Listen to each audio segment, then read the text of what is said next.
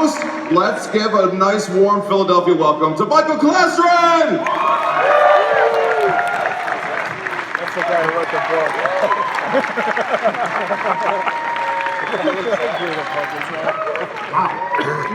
Wow. This is heavy.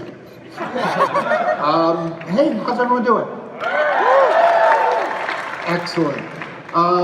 As you said, my name is Michael Klastron. The reason I'm out here is that in any discussion or argument about Back to the Future, I'm the guy who can say, hey, I wrote the book on Back to the Future.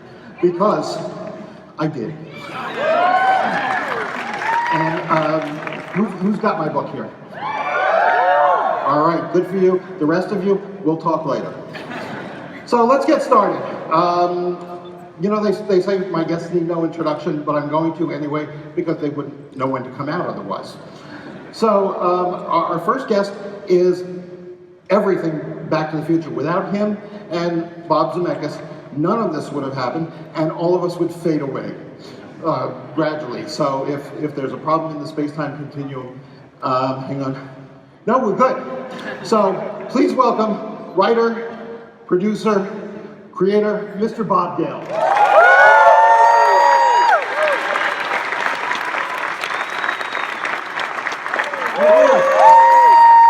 Thank you. Our next guest is, you know her from things like Space Camp, Carolyn in the City, Switched at Birth. I mean, she does everything. She is the lovely, she is our density. She is Miss Leah Thompson. Look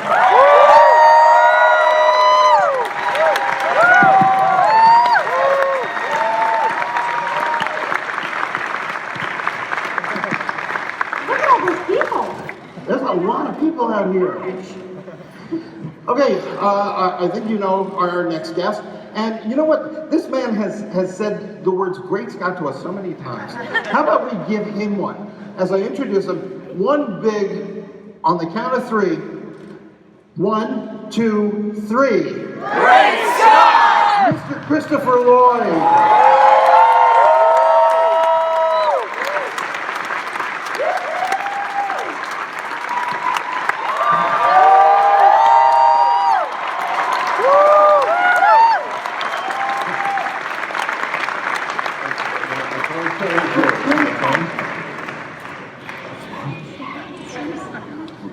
He's not tall enough.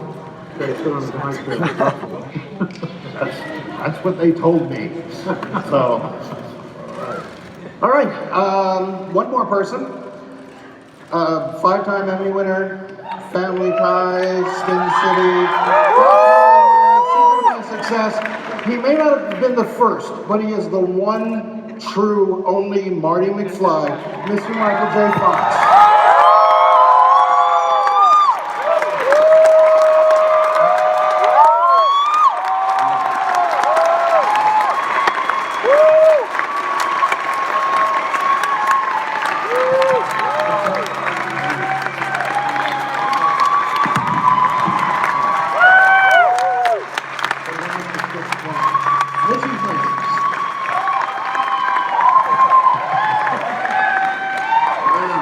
Please, have a seat. Oh, people out there. All right, so how are you guys doing? What have you been up to? I don't know, just stuff. Oh, cool. So, you know, we're just going to chat a little bit and reminisce, and we're going to get some questions from the audience. So, you know, let's start right now. What do you think? Whoa. Okay. This is so exciting. I mean, really. Go Phillies! Wow. Go Sharks.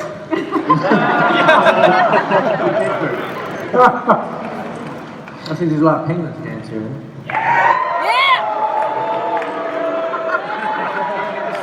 Uh-oh.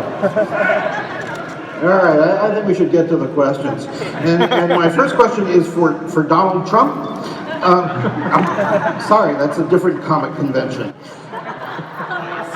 Let's go way back, when things were just getting started. And You know, in movies, when you hear a director or someone do a video commentary, they always say that the star of the movie is the only person that they ever considered and wanted.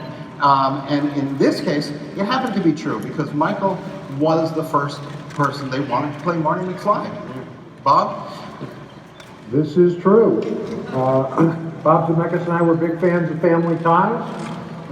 We saw that Michael J. Fox had the best comedy timing of anybody on TV, especially anybody his age, and we knew he would be the perfect Marty McFly, except there was just one problem.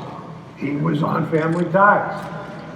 And when we approached the producer of the show, Gary David Goldberg, about seeing if he would permit us to get Michael off of the show to do our feature film, he did read the script. He was very, very effusive about how much he loved the script, to the extent that he said, "The script is so good, I can never let Michael read it because Michael will hate me for the rest of his life by saying, no, you can't do this movie." Michael was carrying Family Ties at the time. Meredith Baxter Burney, his co-star, was pregnant, and so Michael had the lion's share of the work. And Gary said, "Sorry guys, no can do." We understood that, and so we began a massive search for another Marty McFly. But even though Michael couldn't do it, Back to the Future still crossed your path in some way. Oh yeah, I was in my first memory of Back to the Future is I was in a trailer in Pasadena doing a movie where I had a snout on and yak hair on my face, and I was drinking my lunch through a straw with it. I had all these prosthetics on as a werewolf. And I was saying, Someone came and told me there were 7 locations for a Steven Spielberg film in the neighborhood we were shooting in. And I just thought, wow, why am I a werewolf when I could be in a movie like that? And I heard Crispin Glover was in it. I knew Crispin. I thought, fuck Crispin Glover. Spielberg movie and I'm a werewolf. And it just happened that as time went on, I didn't know anything about the film, and Gary pulled me into his office around Christmas time and said that he had this conversation with Bob and Steven earlier in the year and asked about my availability, and he said I wasn't available and he'd tell me about it because he didn't want to make me upset. And I said, that's fine. He said, now that they need you to replace the actor they hired. And he gave me the script in an envelope and said, read this script. I'm kind of going to do it. And I picked up the script and I kind of went like this. I'm like, that's the best script I ever read. But like 2 weeks later, I was in a parking lot in Pomona. Point the Hills with flames running through my legs. Now, back at the beginning, Leah, when you went in for Lorraine, to read for Lorraine, I mean, obviously, it was a no-brainer for young Lorraine. Beautiful, perky, lovely woman. But I think part of what got you the job was your interpretation of the 47-year-old Lorraine. And where does somebody at your age at the time come up with that inspiration? How do you channel that character? I think I made like a composite of my grandmother, Reva, and my best girlfriend when I was growing up, her mother. And for some reason, I just really understood the character. And I mean, of course I read the part and I was like, this is the greatest part ever. Because actually the young Lorraine was actually really hard to play. You might, at the time in the 80s, it was hard to kind of come up with that kind of innocence and that kind of like, that kind of corny innocence of the 50s. It really was. I mean, it wasn't really me, I don't think. This is Chase Hornius. Yeah, that was easy, but the innocent part was hard. And so the characters were, incredible, and I just felt so in touch with both of them. I mean, it was a lot of work, but I don't know how I got the part. But You were damn good. I wanted to hear that.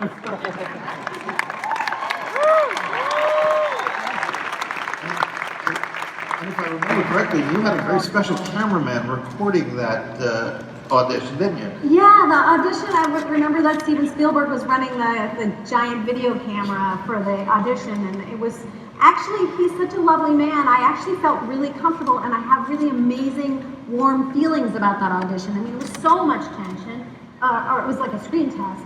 It was so much tension, it should have been terrifying, but I remember it quite wonderfully. That's a blessing. Thank you, Steven Spielberg. And Mr. Lloyd. Yes. We heard the story that originally when you got the script, you pretty much tossed it, and then decided that you would go in for the meeting, but you weren't particularly clear on the script, and it was the meeting with Bob Zemeckis and Bob Gale that totally convinced you to do the role of Doc. What was it about that meeting? What did they say to you? Did they have threatening notes or? No, I kind of dismissed the whole idea of doing it. I was doing a little independent film somewhere in Mexico, and I wanted to go back to New York and come to LA, and I didn't really think things were going that well. I should go back to my roots, so I was going to go back to LA, so I tossed it. One of my really most memorable career moves. Then somebody who was around at the time said that one of my mantras is never leave any stone unturned, check everything out, which I always used to do. So I thought, okay, I'll go back and meet the Bobs. And I was totally convinced. They didn't have to do much persuasion. I just felt I was in good hands. Great script. Bob Zemeckis scene, wonderful role. So I just caved. Thank God.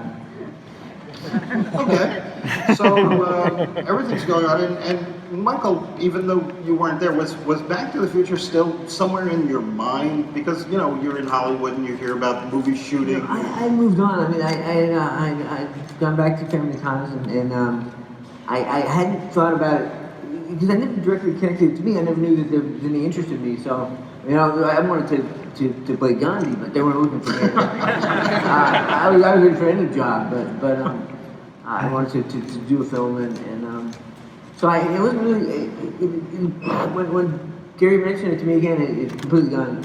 Oh yeah, that's the one with Crispin. Crispin didn't get fired, did he? so I was happy about that, and That's another conversation. but it was just an amazing mitzvah. It was just a great thing that happened to me, and I'm really grateful to Bob. Yeah, well, Thank you guys, you have talent. you know, and I'll just preface this by saying Eric Stoltz was and still is a terrific actor. He's a brilliant actor. And it was just a matter of what we like to call creative differences. In fairness, I couldn't have played the heroin dealer in Pulp Fiction. Yeah. There you go. He was psychotically brilliant. He's a transcendent actor. It's really amazing. So they just needed a goofball. So they had me. But I think what's interesting is the first scenes that Michael, you were there for, were in the parking lot of the Winnie Hills Malls, and Chris, you were there obviously, and that was the last scene you had done with Eric. So all of a sudden, one night you're working with Eric Stoltz, and a couple nights later you're working with Michael Fox, and you're doing the same dialogue. What was going through your head? Well, I wasn't aware that Eric Stoltz wasn't quite making it. You know, nobody told me that. I don't think anybody knew there was going to be this sudden transition. But at about 1 a.m. in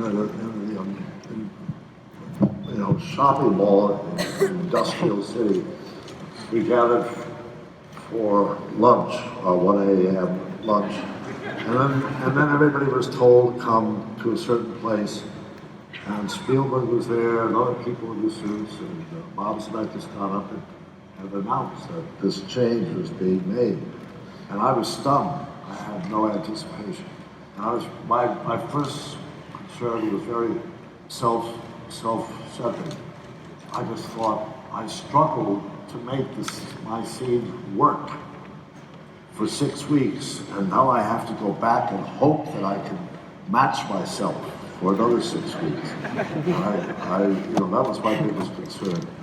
But Michael stepped in, and I just felt there was a chemistry that was never had to be worked for.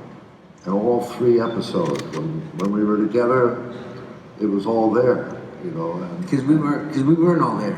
We were well matched. We were both in the city. So, and things clicked in a way that I wasn't aware that there was anything lacking, but then I realized this was a good move.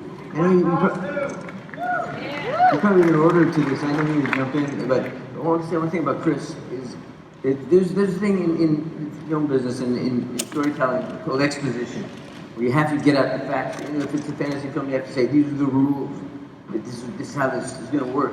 And it's really thankless stuff. I mean, nobody wants to get the pipe. No one wants to get the pipe. No one wants to lay the pipe and get all the explanation out there, get all the explanations of how things work and the rules of the film. But Chris did that brilliantly. He made it an art form. He made it like that. This model is crude. I was upset. I was just saying, this guy lays pipe, and it's the funniest thing I've ever heard. He's a genius at it, and that's why the film worked. Ultimately, because there's so many rules you had to understand, and so many nuances that you had to pick up on. And because of Chris, we all got it. We all got it. It swung us in an entertaining way, and it was just brilliant. And amazing.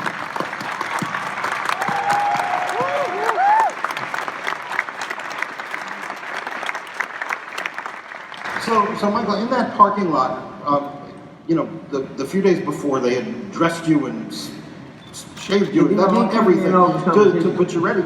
Did you have a moment just to sort of step outside yourself and say, what the heck am I doing here? How did this happen? Well, I knew I had to do the show in the daytime, Fantastic Daytime, Back to the Future at night. I remember calling my mom and telling her that Stephen and Bob had asked me to do this film, and I was going to do a big film, and I was going to do Back to the Future at the same time, and Family Ties at the same time. She said, "Oh, it's too much. You're going to wear yourself out." I said, "Mom, forget about it. I mean, I'm doing this." And then I just threw myself into it, and I didn't have time to really think about it too much because I was doing both shows and sleeping 3 or 4 hours a night, and it just was a blur. And Leah, much in the same way as Chris, the last scene that you had done with Eric was also the first scene you did with Michael, with Marty waking up in young Lorraine's bedroom. What was that like in terms of the transition? Well, it was such a different scene, and they were kind of talking about using some of the coverage. Sometimes they would use the coverage that you already shot with Eric, and that was really upsetting to me because it was such a different experience acting with him than it was, that scene was a completely different scene. So I think I convinced them to shoot my coverage. Yeah, most of my coverage was all done. It was just, it was amazing because what I find interesting about seeing the movie is the different styles of acting, they're all very stylized. There's none of that kind of super hyper naturalistic acting that was maybe more popular coming from the 70s. We were all very stylized, and Eric was trying to do a different style that just didn't match. And so when Michael came in, he just clicked in so beautifully, and all the comedy just worked so beautifully, and it had been really kind of hard, you know what I mean? It was ugh, and you could feel that, and so it was really kind of interesting to do the same scene with 2 different actors completely. Not cheap and easy.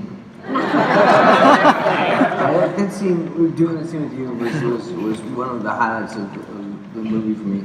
That you were so amazing with the way you just came forward, and it allowed me to be in my underwear and scramble around and be freaked out and make the connection, and you just, I'd do all that work and I'd come back to you and you'd be there. You'd just be there, pressing Lorraine, coming at me. And it was magical. It was just so great. I loved it. I didn't think about the styles of the different actors. I mean, there's so many good actors in Tom Wilson and all this, everybody, and I just kind of said, this is great, because wherever I turn, someone's going to give me something to work with, because they're all so brilliant. Okay, well, we're gonna fast forward. You did the movie. It's done. And it's ready to come out. And, you know, you can get a feel when you're making the movie of how it is and how you hope it is, but you never really get a sense of what it's going to do out in the world. What was the first sense that you guys got that this movie was a tremendous hit? It got panned by the LA Times. It did. It got Impressive. panned by the LA And a couple Times. of TV critics in LA trashed it as well. Yeah, I don't know.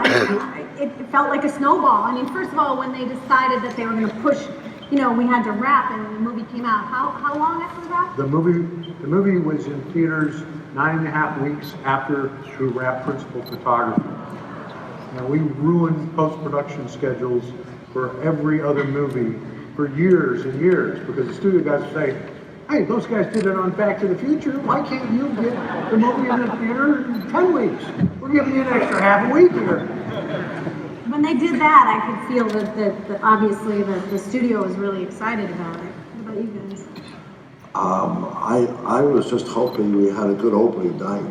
Yeah. And that it had a decent run. And looking back on it now, it's This is phenomenal that we're all sitting here talking about it.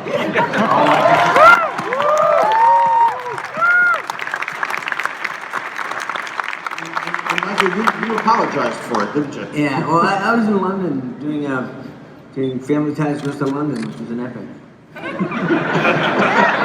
and the movie's opening in the States, and there was a screening for it, and I got a call from my agent who said he saw the movie.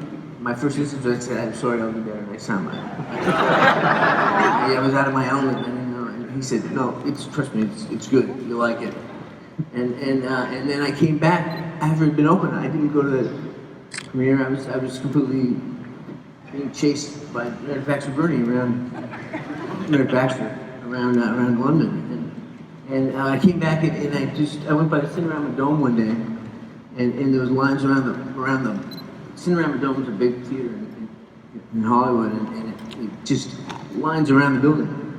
And I just thought, wow, my life is going to change. And it did it.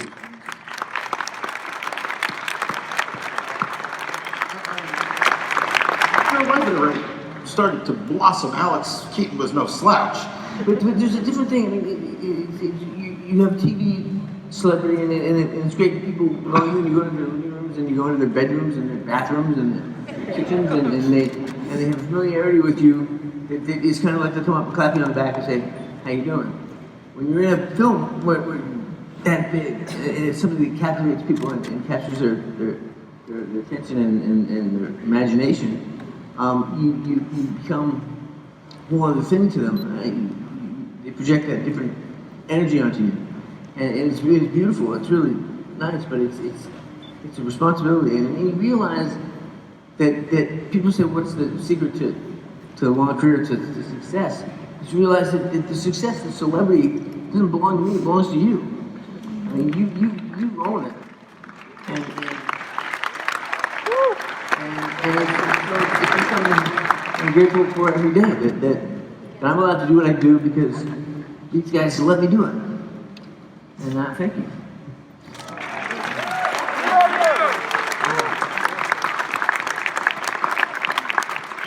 So not long after the movie came out, Universal came back and said, we'd like to do maybe part 2. What do you think?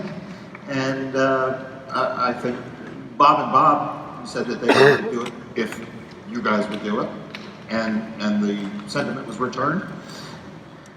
Yeah. No, it was very exciting. I mean, because we didn't sign sequel deals. We didn't even think about it. We weren't thinking about a sequel. Everybody always, if the only time you saw the movie the first time was on VHS, you think that it said to be continued at the theater, but it did not. We just put that on the VHS tape, to announce that there was going to be another one. But when Bob and I made the first movie, that ending was a satisfying ending if there is no sequel.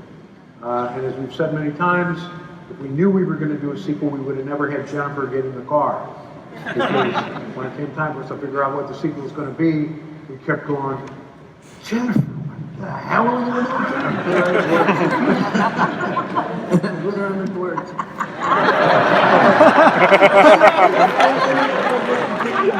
Put her on the porch and say, "You're on the porch."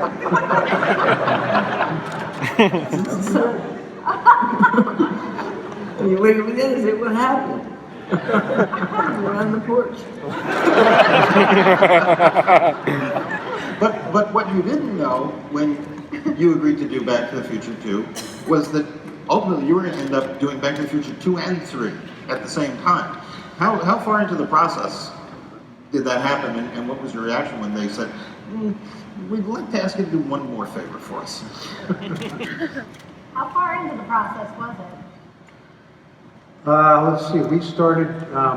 We started in pre-production in, I think it was a summer. It was about the summer of 88, I guess.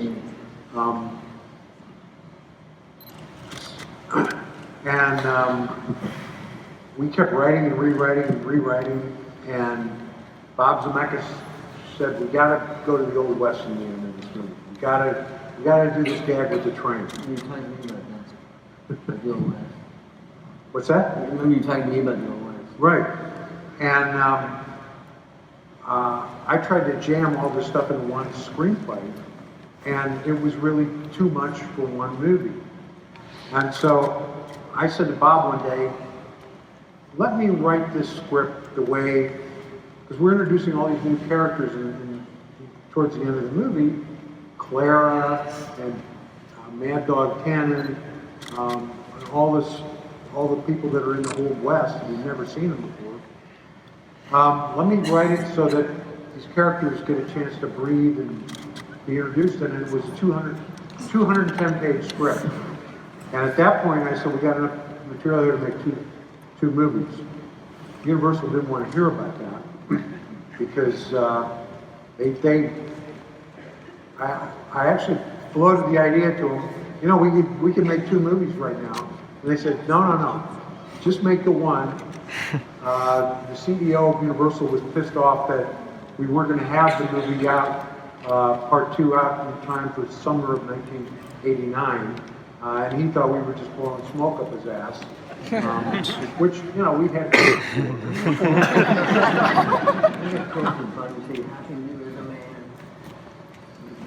Deliver the script to me.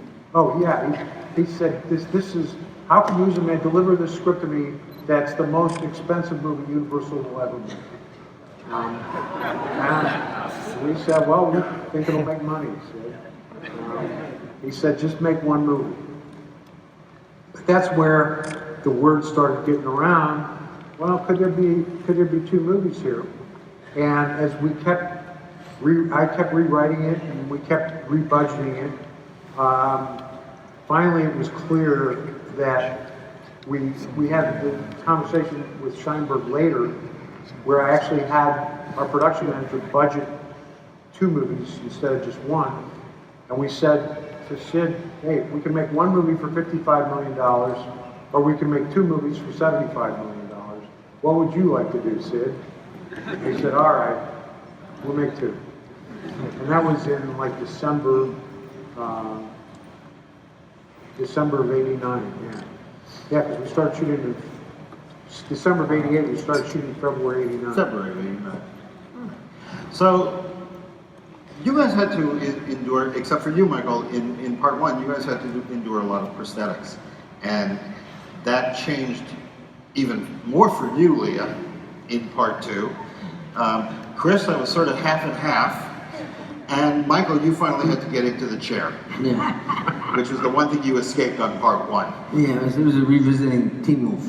And they put this stuff on the airplane, we were taking off a gasoline. It's just, I mean, it would rub our skin raw, the prosthetics. But Plus, you got to get in drag too. Yeah. Well, and then in part 2, you got those gigantic. Yeah, really. Good times were had by all. I'm not buying Mom. Like, it's not Real. It's not harassment. They're rubber boots. I actually remember. I feel thing. I remember the phone call that Bob and I had with you, where we called you up to say, this is what you're going to be doing in part 2. You're going to be playing Marty McFly the way you played him in the first movie. You're going to be playing Marty McFly at age 47. You're going to be playing your son. And we took that long dramatic pause. And you're going to be playing your daughter. And your response was, yes! His dream. Dress and see how it works. And hit her by the garden when I was in drag and I went out to see how people would react to it. I came back and the garden was hitting on me. I still have that wig if you want it back. Honestly, I have this blonde wig. So I have the boobs if you want it back.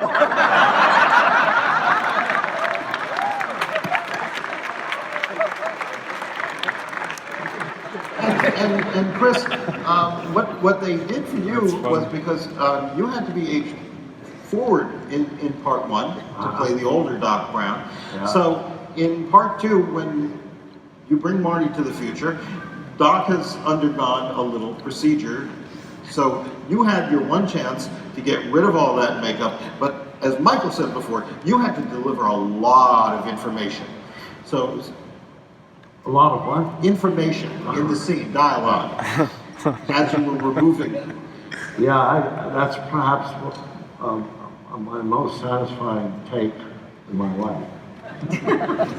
I had to wear the old age makeup, which was all this latex stuff, all over my eyelids, all over the place. And I had to speak a lot of lines in front of Doc Brown's typical, explaining the universe speeches.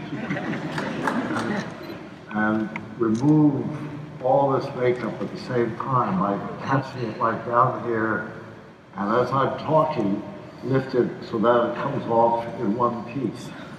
Jesus. And if it didn't work out, then I'd have to go back to makeup for another 2 hours, have it all reapplied, and we do it again. And miraculously, it worked in the one take.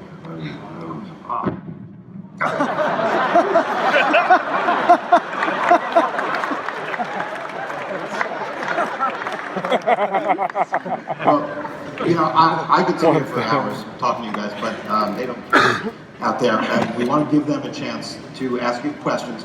So before we do, though, I'd like to invite Bob Gale to play a quick round of Jeopardy with me. So Bob, the category is going to be questions most asked at Back to the Future conventions, and I'll give you the answer, and you give me the question. So, are you ready? I'm ready. Okay. The answer is no. Will there be Back to the Future Part 4? That is correct. Okay. Question 2. The answer is no. Will there be a reboot of Back to the Future?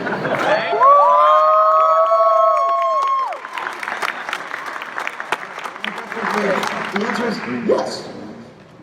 Are you happy to be here? Leave the board. So, anything that was asked in Jeopardy is off the board down there. But let's start getting some questions. Who's first? Right over here. Hi. I was wondering what the most unexpected thing that happened in 2015 would have been when you were filming in 1980. You mean what happened in 2015 that we didn't expect? Yeah. Cell phones for me, like the crazy cell phones. Yeah, this little brain you carry around that Yeah. knows everything in the world. Yeah. It's amazing. Think about flying cars, and people were flying cars, and I said, screw flying cars, we have a thing that you can just go, who's the queen of some bizarre country in 1829. It'll tell you. We used to have arguments where we'd say, well, I'll prove it to you, and a few weeks later, you'd be there in a dictionary. I mean, and like there were times when I'll call my mom later, and she won't know where I am. But now they get tracking devices, and I know where my kids are all the time. I get Uber notices, and I know my kids are going somewhere. It's just amazing. And the other thing that I didn't expect was that I'd have a worse hairline than Marty McFly did. Sir. Hi, I've got a question actually for Leia. Recently, some friends and I were watching Howard the Duck again, and at the end, there's the big concert scene. Howard's playing a red guitar, doing some footwork that looked similar to what we saw Michael doing in the Enchantment Under the Sea dance. So I wanted to know, was there any intention to kind of swipe from Back to the Future on the director's part for Howard the Duck at that scene? I don't think so, no. I think that's kind of a cool move. But maybe. I don't know. I'm sorry. I don't think so. Well, I stole all that stuff anyway. I was doing Chuck Berry and Jimmy Page and Van Halen and I was doing everybody. I was ripping all the other stuff off. So I did the splits though with the guitar, which is kind of hard to do. Yeah, really funny guitar. That's all. Props for that. Thanks, dude. No problem. Thank you. Thank you. What are these questions? Hi, my name is Madison. I wanted to know how you came up with the. This question is for Mike, by the way. I wanted to know how you came up with the premise for Iceman Hummus, the movie that you made for David Letterman.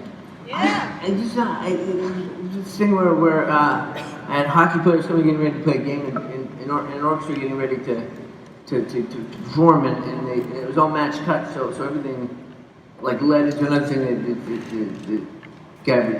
the hot guy would open a can of beer or open a bottle of beer, spit out the cap, and it would land in the teacup, and it would be the violinist getting ready to stage, whatever. So I just wanted to have, and it turned out the orchestra and the hockey game were happening in the same place. And the fight starts out you expect the fight to start out in the hockey game, and it starts out in the orchestra. And I just wanted to do a thing where we're like, hockey players were acting like normal people, and sophisticated people were acting like animals. And it was just fun. It was a good opportunity. David Letterman gave us a couple bucks to go make a movie, and I had a lot of friends help me out, and it was great. I don't know where I got the idea from. Just too much beer. And I'm sorry to interrupt because I have one more question. Michael, you and Chris have gotten together on camera before, but in Spin City and in the Michael J. Fox show. But you had not appeared as Marty until the night of the Jimmy Kimmel show on October 21st. Was that the first time you put back the orange vest? Yeah, the first time I put the Marty drag on again. But it was so fun because it was with Chris, and it was just so cool to get out of that DeLorean again. But my sciatic and and I was like trying to clear the door. I was really geriatric getting out of that. It was really cool, and it was just great to share the moment with Chris. And we did a commercial. We did this kind of extended commercial for a car company, and it was just great. We've had a real renaissance of our friendship. Because when we were working on the movie, we didn't talk that much. I didn't see him at the hot dog thing at the craft service table, and he'd get a hot dog and popcorn or chili or red tamales or whatever. We talked a little bit about the scene, but we were so busy working. So in these events have allowed us to redevelop our friendship, which has really been good. And Chris, was it good to have Marty by your side as Doc that time?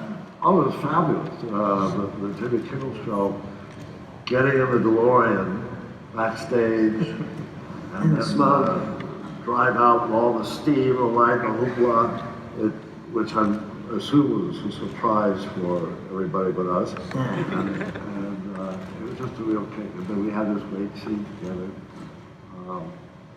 It was wonderful. And then the times that we've done commercials and stuff for the car, each time was like a wonderful reunion. Kiss me. I feel like.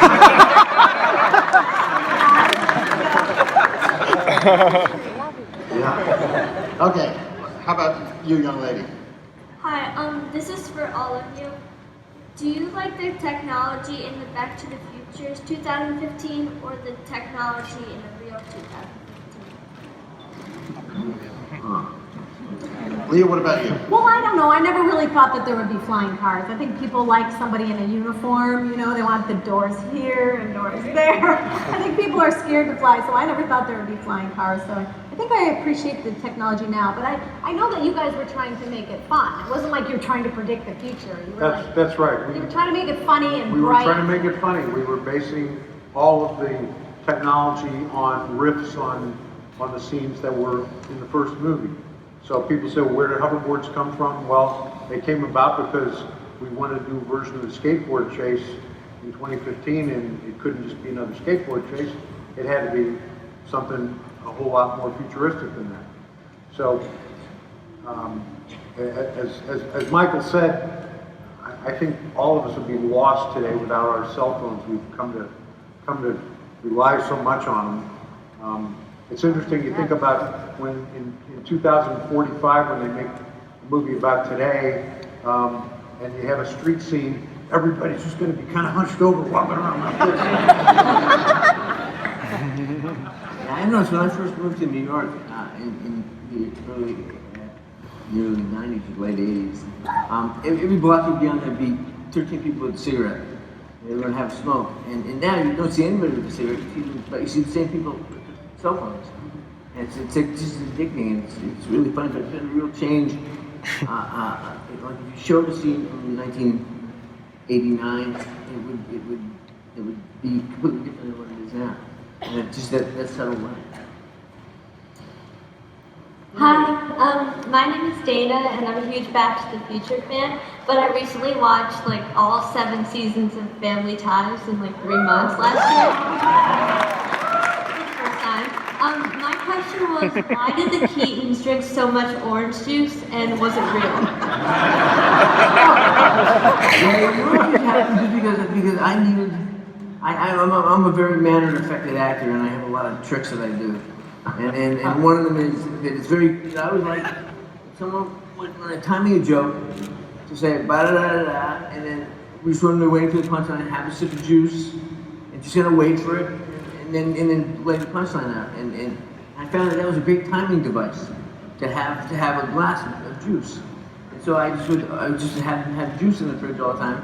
When I had a big joke coming up, I go in the fridge and I'd be doing the intro to it, and I'd just long back to the fridge, back upstage, and I'd get it, and then I'd wander back down, and Mallory would be saying how her and Nick have one brain, one mind, and I'd blend it, and I'd go, who's using it tonight? Thank you so much.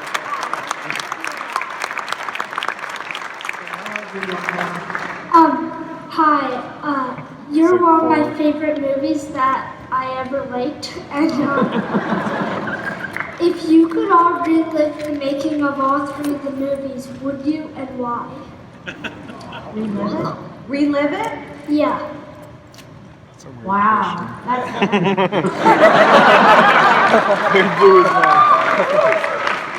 Would you? What's this thing about heavy? I think the answer has to be yes, because if we didn't go back and make the movies the way they turned out, none of us would be here today. Yes. There you go. I have a question for Michael. But first, I want to thank you for the work the foundation's doing and my colleagues.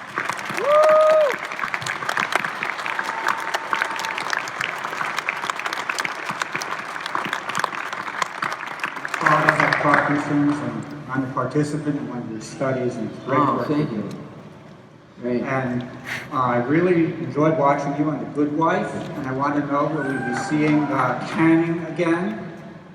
Well, I don't know. I don't. The show is off the air now. I had a great time doing that. It was great because I wasn't looking for a job, and they came to me and asked me to do this 6 years ago, to do a couple episodes, and so I did. And then I came back and did some more, and then I came back and did some more the next year. And it's hard to believe I did 6 years of those shows. like 5 or 6 episodes a year.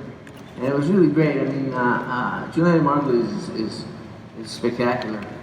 And it was a great thing. So if in some way they reincarnated the character in some version of whatever they do, the Kings, Michelle and Robert King, the producers, I'd be happy to do it. It was really fun. I love, excuse me, the kids here, but I love that prove that people with disabilities can be assholes too. Not all soft piano music and like, oh, poor them. I mean, they're capable of anything that anyone else is capable of.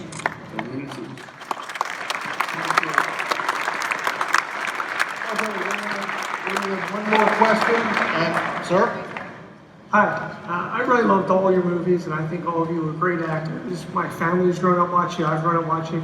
I wanted to know why you were making the movies. When you went from the 80s to the 50s, from the 50s to the Wild West, which one was the most fun for all of you to make together? I like the 50s. You like cowboy. You I like the Western stuff. It's great stuff. Well, you had a girlfriend. Yeah.